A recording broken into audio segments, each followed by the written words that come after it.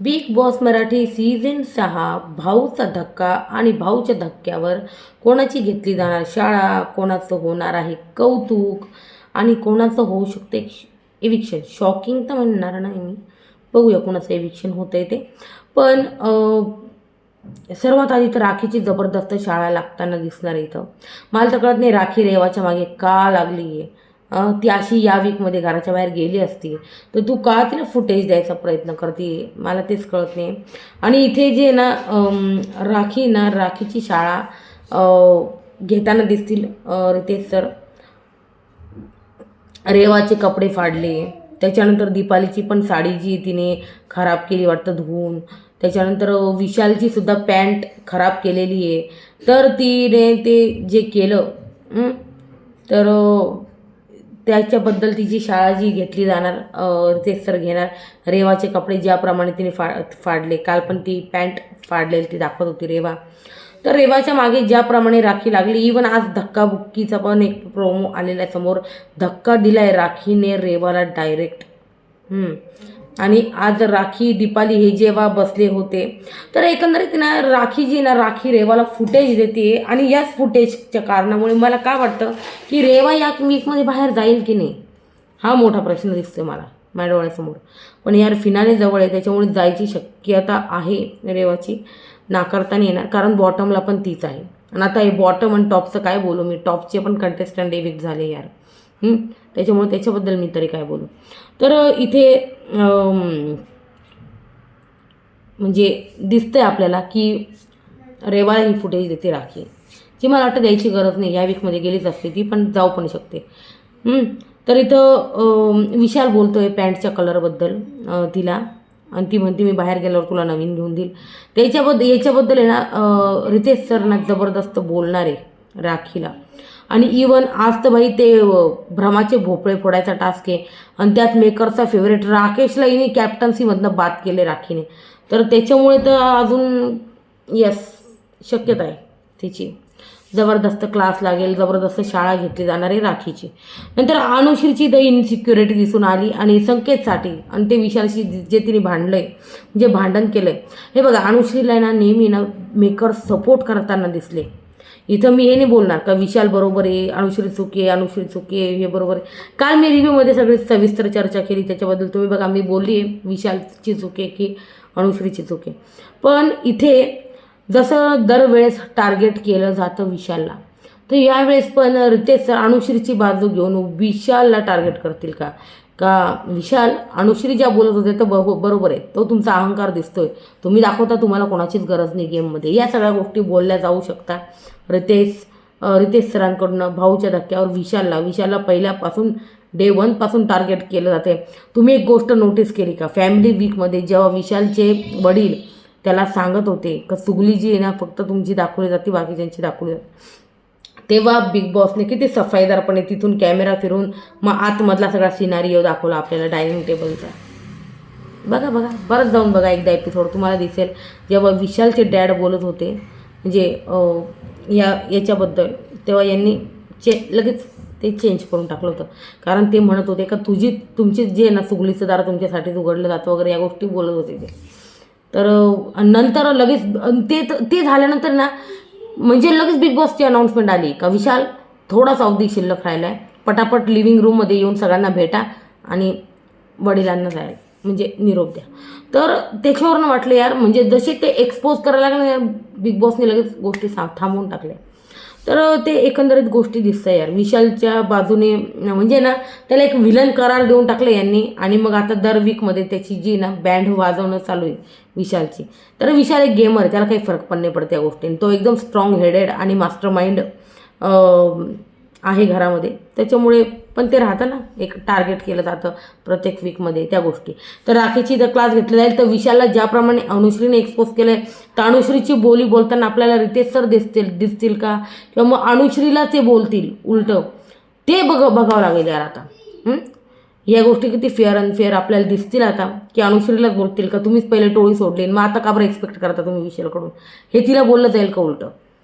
सगळ्यात महत्त्वाचं तर तुम्ही का मग एक्सपेक्ट करता, तो संकेत त्याची प्रायोरिटी आहे का, ठीक आहे राहू द्या ना, तुम्ही तुमचा इंडिव्हिज्युअल खेळा. तुम्ही असंही म्हणता ना मी इंडिव्हिज्युअल प्लेअर आहे, सो खेळा तुमचं इंडिव्हिज्युअल तुम्ही. आणि विशालला तुम्हाला प्रायोरिटी ठेवायची आहे तर तुम्ही त्याला बळजबरी नाही करू शकत. या सगळ्या गोष्टी बोलल्या जातील का भाऊच्या धक्क्यावर? बघूया आपण की विशाललाच बोललं जातं की तुम्ही खरोखरच अहंकारी झाले आहात आणि अनुश्री पहिल्यापासून तुमच्यासोबत होत्या, मग आता तुम्ही साथ सोडली आणि आता तुम्ही संकेतची साथ देताय. ह्या सगळ्या गोष्टी बोलल्या जातील. बघूया आपण. बघा मला तो चान्सेस जास्त वाटत आहे का मी आता विशाल आणि संकेतबद्दल जे बोलले ना तेच भाऊच्या धक्क्यावर बोललं जाईल, कारण फेवर ज्या पद्धतीने होतो ना तो कळतो यार. तर त्या सगळ्या एकंदरीत गोष्टी आहे. आणि अनुश्रीला यावरनं बोललं जाईल का नाही, पण मला वाटतंय का यावरून बोललं नाही जाणार. म्हणजे मजाकमध्ये पण ही गोष्ट बोलली नाही जाणार की अनुश्रीने लेटर फाडल्यावर जो ड्रामा क्रिएट केला होता, माझी मम्मीचं पत्र फाडलं वगैरे ते सगळं केलं होतं तिने. आणि मग तिच्या आई आल्यावर डोळ्यात एक अश्रू नाही बाई, एवढंसं पाणी नाही आणि हसतच होती. तो रूड बिहेवियर पण दिसला तिला जेव्हा तिच्या आईने घरी इन्व्हाइट केलं कंटेस्टंटला तन्वीन त्यांना, आणि तेव्हा ती बोलली का मी तर फोन नाही उचलणार, हिने फोन उचलली तर बघा आणि मग हिच्याशीच बोला आणि मग हिच्याकडनं इन्व्हिटेशन घ्या. या सगळ्या गोष्टी त्याचा तन्वीला पण राग आला. तर ते तर चुकीचंच वाटलं मला पण. ते थोडंसं ॲरोगंट वाटलं थोडंसं. म्हणजे नाही पाहिजे इतकं यार, इतकं इगो कशाला करायचं, इतकं घमंड कशाला करायचं. ही जर म्हणती का तो अहंकारी झाला आहे तर आपण पण काही कमी अहंकारी नाही आहोत अनुश्री माने. ते सगळं झाल्यावर दीपालीचा मुद्दा घेतला जाईल का? राकेशची आई इथे बोलली होती का आपण सगळे एकत्र गाणं म्हणूयात, आणि त्याच्यानंतर दीपाली टोकत होती. नंतर सागरन विशालला काहीतरी बोलली पण, आणि नंतर त्याच्यावरनं बोलणं पण झालं आहे नंतर. तर या गोष्टी बोलल्या जातील का? याच्याबद्दल दीपालीला हटकलं जाईल का? कारण काटा टीमला जास्त म्हणजे फेवर तर त्यांनाच होतोय, सो त्यांना बोललं जाईल का? हा एक मोठा प्रश्न आहे. का फक्त विशाल आणि राखीचीच या वीकमध्ये वाट लागणार आहे? काय वाटतं तुम्हाला? आणि अनुश्रीने जे एक्सपोज केलं आहे तर अनुश्रीचीच बोली रितेश सर बोलता का विशालची बोली बोलता ते बघावं लागेल. पण मला तर वाटतं की अनुश्रीच्याच बाजूने ते बोलतील. आणि विशाल बरोबर आहे, तुम्ही म्हणजे पहिले अनुश्रीसोबत खेळत होते, ती तुमच्या टोळीचा हिस्सा होती, आणि मग तुम्ही अचानक प्रायोरिटी जे संकेतला निवडलं. तुम्हाला हा गेम कितपत फेअर वाटतो वगैरे असं काही ना काही बोललं जाईल विशालला, किंवा मग विशालला ना काही वेगळ्या पद्धतीने अजून एक्सपोज करतील मेकर्स. काही सांगता येत नाही बाई, या गोष्टी होणार आहे मला असं वाटतंय. आणि एविक्शन यार कोणाचं होईल? रेवा, सागर, कोण यार नॉमिनेटेड? एक मिनटं, सॉरी, रेवा, सागर, दीपाली मेकर्सची फेवरेट आहे. चान्सेस कमी, मी हिची गॅरंटी देत नाही, ही जाईल पण नाही पण जाणार, मला माहीत नाही. पण गॅरंटी कोणाची देते मी? राकेश, अनुश्री, संकेत नाही जाणार घराच्या बाहेर. प्रभू, सागर, दीपाली, रेवा कोणीही जाईल यांच्यापैकी घरातल्या बाहेर. समजलं ना कसं आहे? आणि वोटिंग रँक कोण बॉटमला याचा तर काही अर्थच उरलेला नाही यार, खरं सांगायचं तर काहीच अर्थ उरला नाही. कारण काय माहिती का, कोणी म्हणजे कोणतेही बी नंबरला असताना ज्यांना एविक्ट करायचं आहे बिग बॉसला त्यांनाच ते एविक्ट करणार आहे, मग तो टॉपला असो नाही तर बॉटमला असो. तर एकंदरीत या सगळ्या गोष्टी मांडल्या जाणार आहे. सगळ्यात महत्त्वाचं आज भ्रमाचे भोपळ्याचा टास्क आहे, ज्यामध्ये कॅप्टन्सी रेसमध्ये राखीने आऊट केले, बाद केले राकेशला. याबद्दल पण राखीला सुनावलं जाईल का? सगळ्यात महत्त्वाचं. नंतर राखीने तुम्हाला वाटत असेल यार खूप म्हणजे असे प्रश्न उपस्थित होते का ही राकेशवर प्रेम करत होती ना असं करत होती, महिने असं केलं. मी पहिले पण रिव्ह्यूमध्ये सांगितलं का राखीचा हा गेम आहे, तिचं काही सिरियसली असं प्रेम बिम काही नाही भाई, ती काही कोणावर सिरियस होत नाही, ती गेम खेळायला येते बिग बॉसच्या घरात. राकेशला ॲज अ फ्रेंड ठेवलं, पण ती बिग बॉसच्या घरात फक्त गेम खेळते. ती कधी इकडून कधी तिकडून कधी काय ती करल ना, तिचा डोक्याचा तिचा स्वतःचा काही भरोसा नाही. आणि मला वाटतं ती राकेशची जी सिस्टर आहे ती बोलून गेल्यानंतर मे बी तिने तिचा गेम चेंज करून दाखवला असतं. बघ बाई, मग मी काय त्या भावावर तुला वाटतं खूप असं सिरियसली वगैरे असं काही नाही.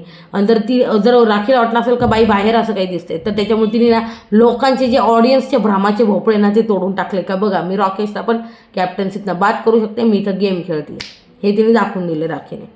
सो राखी असाच गेम खेळते. मला माहिती, ते अभिनव शुक्लाच्या वेळेस पाहिलं होतं मी, बापरे त्या अभिनव शुक्लाला तिने येडं करून टाकलं होतं बरं. ते रुबिनाने मग नंतर त्या गोष्टी ते मग धडा शिकवणं वगैरे केलं होतं ते राखीला, त्या गोष्टी झाल्या होत्या.